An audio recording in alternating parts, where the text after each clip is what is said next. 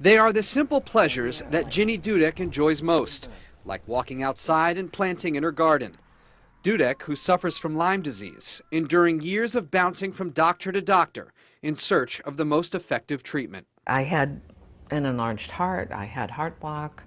All of those things have been resolved. I'm healthier at 67 than I was at 50.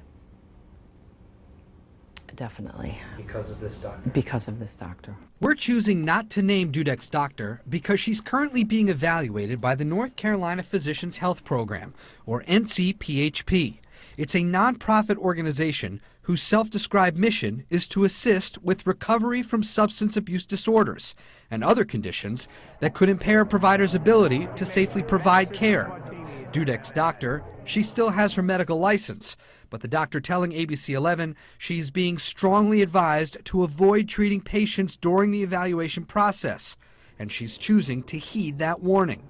The doctor also saying the NCPHP assessors are accusing her of being an alcoholic and putting herself in dangerous situations.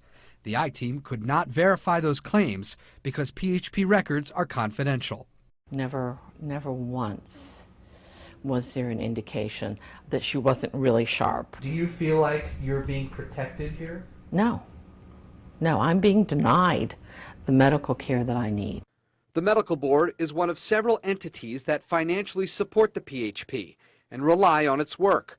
Doctors, pharmacists, and veterinarians are generally referred to the PHP, which can then send referrals for further evaluations, send them to treatment centers, or recommend monitoring.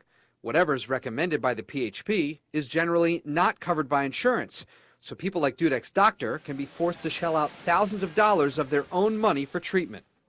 Dr. Jesse Kavanaugh, a former Duke professor and chief medical review officer for the U.S. Army, telling the I-Team he's working with dozens of physicians he says are trapped in the PHP's process, but don't have any psychological, drug, or alcohol problems. Well, I think it's very unethical. I think it's extremely unethical to make a diagnosis when the person doesn't meet the required diagnostic criteria. Don't get me wrong, there are doctors who deserve to lose their license. There are. I want to see it change. I want to see the situation change. Kavanaugh's concerns leading to a major investigation of the PHP in 2014.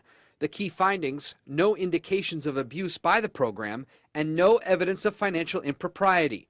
But the program lacking objective due process and creating an undue burden on physicians by requiring them to use out-of-state treatment centers. Some centers also were found to sponsor PHP staff retreats. State officials making several recommendations for improvement and corrective actions, and a follow-up audit released just this year, finding those recommendations are being followed. The I-Team requesting to speak with the PHP about the audit and Ginny Dudek's concerns, but the CEO choosing not to talk on camera. Instead, he says in a statement, "We ask patients to understand that NCPHP and the NC Medical Board each have an obligation to ensure that medical professionals are safe to practice. NCPHP has a very strong track record of making the right call. The bottom line is that there is just no evidence that NCPHP has ever made a referral without sufficient cause, and in fact, there is compelling evidence that NCPHP's judgment is incredibly sound when making referrals." So Ginny Dudek's doctor right now is kind of in a holding pattern. The PHP is recommending a 28-day program, but the doctor is trying to fight that. That means Ginny is also in a holding pattern. And Joel, she may just have to look for prescriptions elsewhere, and she says that may be online.